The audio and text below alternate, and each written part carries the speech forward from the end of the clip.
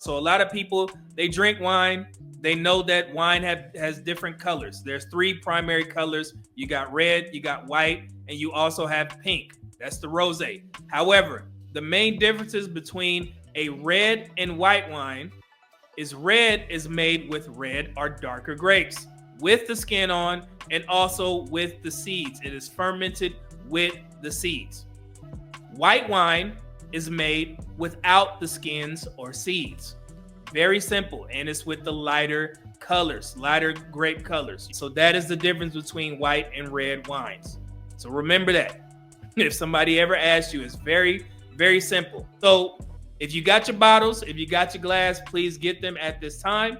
And I'm going to show you how to taste and describe a wine at a restaurant. When you see people at a restaurant, you may think they're doing something, intricate when they're, swirling the glass around or they're tilting it and they see the wine in there and they're looking at it.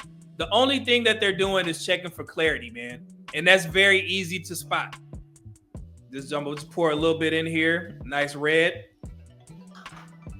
Okay. So when at a restaurant, when you are first, if you're at a nicer restaurant, they'll give you a little bit. They'll pour a little bit so you can taste it just to see if you like it or not, right? So when you see people looking at a glass like this, all they're looking for is for clarity. If you have a white background and you use the tablecloth, you can see if your wine is clear or not, or is it, hazy a little bit. It's not anything crazy.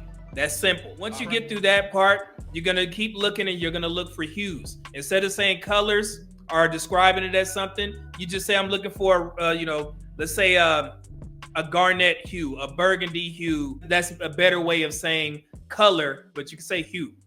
It don't really matter at the end of the day, but just to let you know, say it's a hue, okay?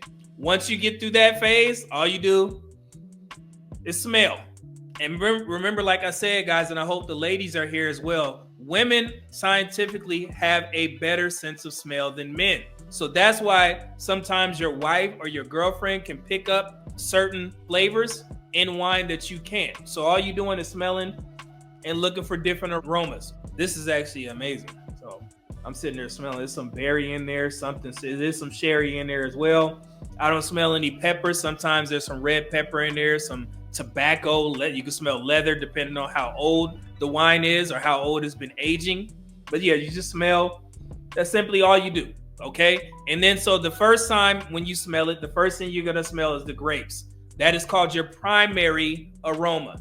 And then the secondary is from the barrel. You will smell what the barrel was soaked in. Sometimes they'll soak it, like I said, in sherry or many different things so they can get a different flavor. And that's how you get the different types of wines. And then your tertiary aroma is very rare unless you're drinking a very expensive bottle of wine because they age them longer. And sometimes you can smell that tobacco or that leather that I was telling you about. So that's all somebody is doing. From the red wines, of course, they have tannins. Tannins are, from red wines, and that's from the skin of the grapes. The acidity is from the white wines. So two things to remember. When you hear somebody say tannins, then you know that they're describing red wine. When you hear somebody say, well, the acidity, then that, normally means that they're describing white wines because white wines tend to have a little bit more acidity depending on what type you get. So that's an easy way to remember. So remember, primary is from the grapes. Secondary is from the barrel. Tertiary is from the age of the wine. So that's all you do. Okay. And don't try and, if you don't really know, if you're in like a nice setting and somebody is asking you about the wine and you're, fairly novice and you don't feel comfortable saying, hey, I think it's some apricot in here. I think it's some berries in here. Just, don't try and lie because people will figure it out. Just say, hey, man, I think this is a good wine.